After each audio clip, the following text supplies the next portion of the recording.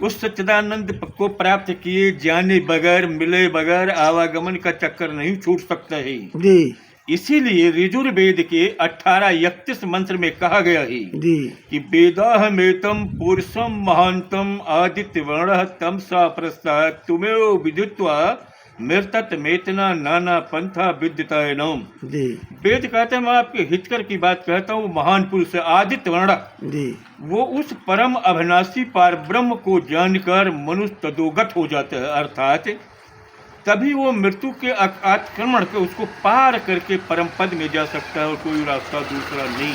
जी इसीलिए उसे आदित्य। तो अब श्री कृष्ण जी से अर्जुन पूछते हैं कि ये बताइए जी तो फिर वो कहाँ है। जी तो कहते हैं, देखिए अपने बारे में पहचान कराते हैं। जी कहते हैं अब गीता के 15 अध्याय में 3 पुरुषों का वर्णन है। जी लिखा है, द्वावमऊ पुरुषई लोके क्षरश्च क्षरयोचा क्षरा सर्वाण भूताणु कुटस्थोता उच्यते उत्तमा पुरुषस्तु अन्य परमात्मा तुदायित।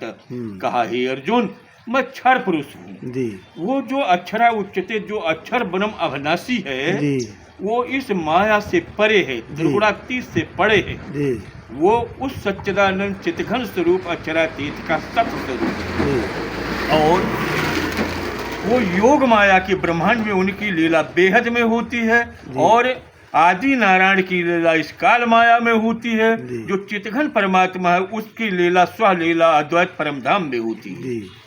उसको जब जान जाने की बात, जान जाने का तात्पर्य नहीं, यही तो रामायण कर कहती है कि जो जाने सो देह जनाई, जानत जानत तुम्हें हो जाई। आज तक उसने नहीं जाना था, अब जान गया है, उसे साक्षात्कार कर, जानने का मतलब साक्षात्कार कर लेना, मिलन कर लेना। यही भगवान श्री कृष्ण जी कहते हैं कि परा पुरुषा अनन्या भक्त्या, उसके प्रेम में लीन हो जाना, उसके बीच में कोई दूसरा ना हो, अनन्या जी, कोई अन्य ना हो।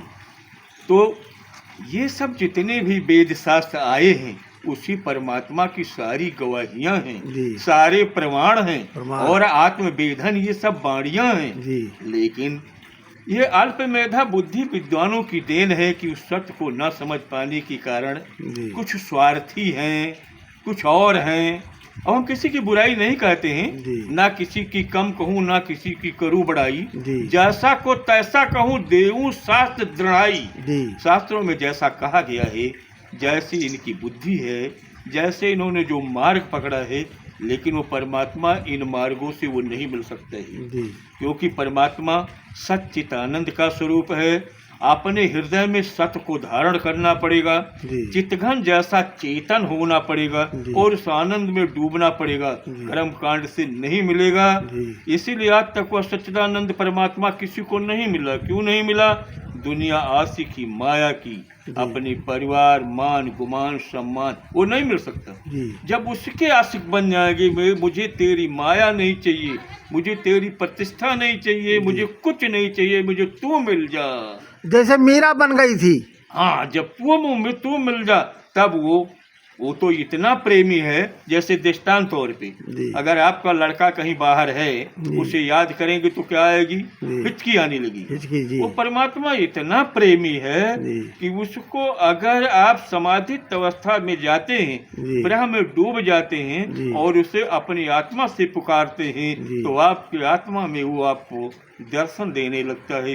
तो आप ब्रह्म स्वरूप होकर के दिन दुनी से न्यारा हो जाएंगे और आपका इस संसार में जन्म लेना सफल हो जाएगा। तो अज्ञानियों के बारे में थोड़ा बताते हैं। जैसे